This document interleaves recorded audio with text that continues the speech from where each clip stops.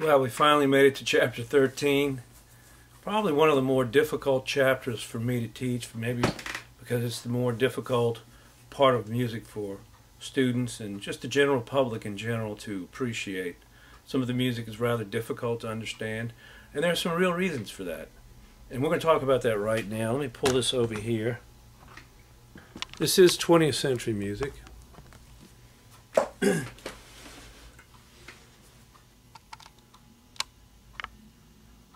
Let's and by the way, if there are any interruptions, I apologize.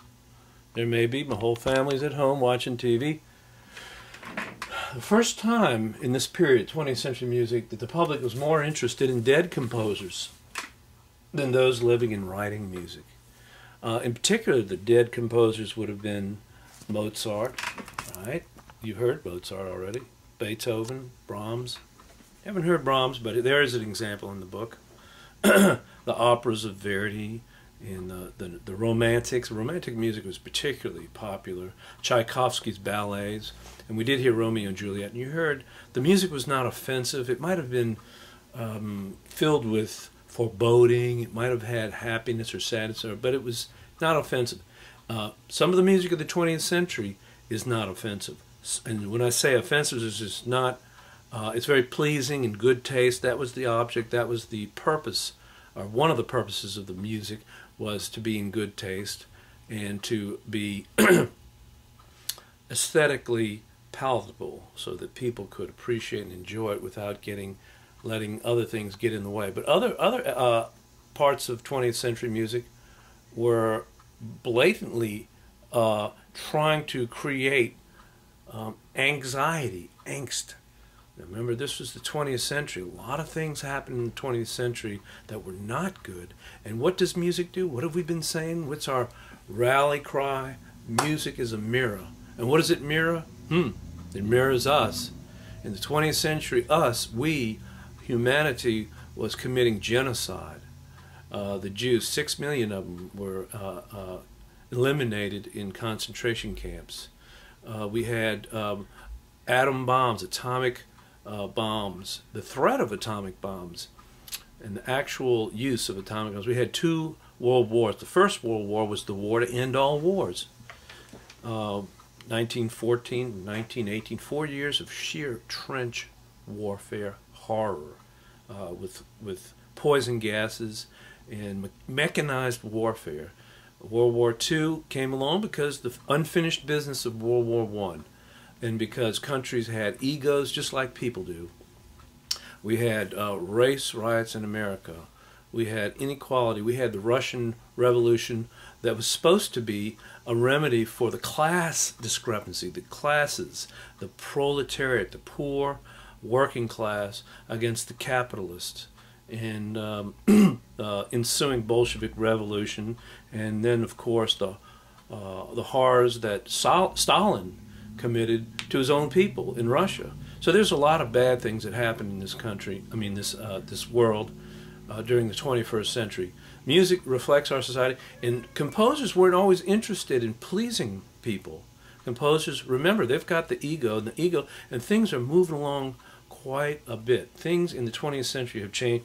I want to read something to you here. This is from Robert Greenberg's essay, and rather than letting him talk, I'm going to read some of the things that he's mentioned. First of all, let's go back to the Romantic period, or let's go back even further. Over the historical context, let's put my hat on. Historical context. Over the span of this course, we've examined music that served the spirit and the church, both Protestant and Catholic. We've examined music that, at different places and times, served the intellect, the spoken word, the stage, the aristocracy, and the middle class. Music that was intended to entertain or enlighten or educate its listeners. But it wasn't until the early 19th century that we've encountered music in which the principal expressive aim was to serve the emotional and self-expressive needs of the composer himself. The glorification of the individual that marked the Enlightenment, the growing social and economic power of the middle class, the profound social and economic power of the middle class, the profound societal disruptions caused by the French Revolution and the subsequent Napoleonic age.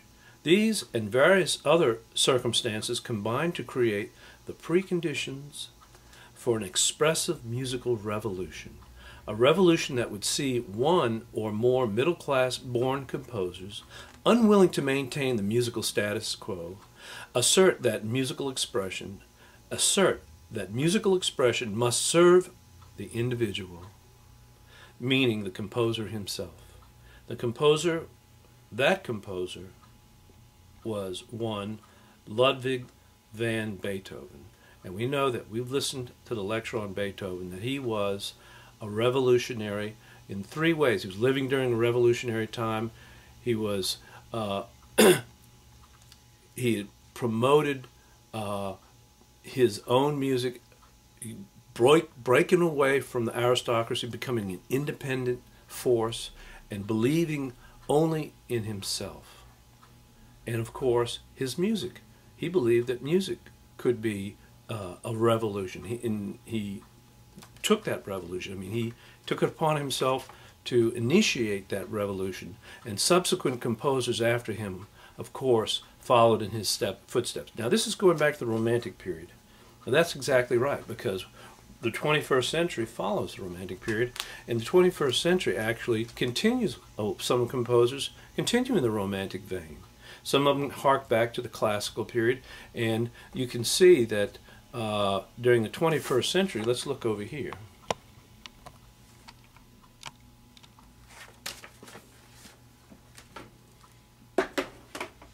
Diverse and often complicated. Every medium, solo instruments, voice, huge symphony orchestra, conventional orchestras, conventional instruments, and unconventional instruments, even electronic music, electronic synthesizers, music for electronic tape, using conventional instruments like the spoken word, the voice, in unconventional ways. And we'll hear a little bit of that if we get a chance. Emphasis on timbre and rhythm. That's a good test question. Timbre and rhythm rather than melody and harmony. So anyway, there were a lot of things going on. As I said, the Romantic period, a lot of these composers continued in that vein. It was such a strong vein. It was so important that they felt it was the way for them to go. Other composers abandoned Romantic classical techniques, considered traditional techniques altogether, and went off in electronic music or atonal music, music without any tonality. We may have a chance to hear some of that, or fragmented primitivism, expressionism, impressionism, all of those styles. And if anybody's familiar with the fine arts, those titles, isms I call them, expressionism, primitivism, impressionism, have their roots in the painting styles that carry the same name. Okay, so Ludwig van Beethoven was the one. In late 19th and early 20th century was a period of incredible intellectual, scientific, and technological change. If music is a mirror, and it is, then we would expect the changing environment during this period to have influenced the sort of music young and cutting-edge composers were writing. And of course it did. We can think of one of the examples that we have, Stravinsky, Igor Stravinsky, who grew up in Russia, who was born in Russia and was raised there, got his music education, and then came to Paris at a very, very important time in the history of music, pre-World War I, when things were going gangbuster. Debussy was writing music, and he was a young man. He was interested in things that were new. Well, what was new? What were these scientific, what were these intellectual and technological changes? By 1905, these new young turn-of-the-century composers would have experienced intellectual and technological change, such as 1892, Rudolf Diesel patents his internal combustion engine. 1892, the first automatic telephone switchboards go into action, speeding up voice communication. 1893, Henry Ford builds his first car. 1894, Louis Lumiere invents the cinematograph. And then in 1895, he invents a practical motion picture camera. 1895, Guillermo Marconi invents radio telegraphy, the telegraph. 1896, William Röntgen discovers X-rays. 1896, William Ramsay discovers helium. 1897, J.J. Thomas discovers the electron. 1898, Pierre and Marie Curie discover radium and polonium. 1899, the first magnetic recordings of sound are made. 1901, the first motorcycles are built. 1903, Orville and Wilbur Wright make the first heavier-than-air powered flight on the beach at Kitty Hawk, North Carolina. 1903, the first classical 78 RPM records of Enrico Caruso singing Italian opera arias are manufactured and sold. 1905, the light bulb, electric power, and electric time-saving devices were well on their way to replacing gas in the cities across Europe and North America. These are not just technologies. Oh no. They are creations that affect the very way we as human beings perceive space and time and distance. Before the locomotive was invented in 1820, the fastest any of us could travel on land was on horseback, but most travel was done on some sort of horse-drawn coach or simply on foot. Most people traveled on foot. Our perceptions of time, space, and distance were shaped or conditioned by the speed at which we could travel and communicate. 150 years ago, time was perceived as moving more slowly than it is today. People thought nothing of sitting in a carriage for 5 days to travel 200 miles to Charlotte and back to Columbia. 5 days. Of writing a letter and having it answered months later. Of reading a 2,000-page novel. Of listening to music with lots of repetition. The tempo of our lives and what we expect from our lives have increased so exponentially that if we brought someone forward from 250 years ago, he'd probably drop dead from overstimulation within hours. I would suggest that one of the victims of speed of the 20th century and the 21st century is musical repetition.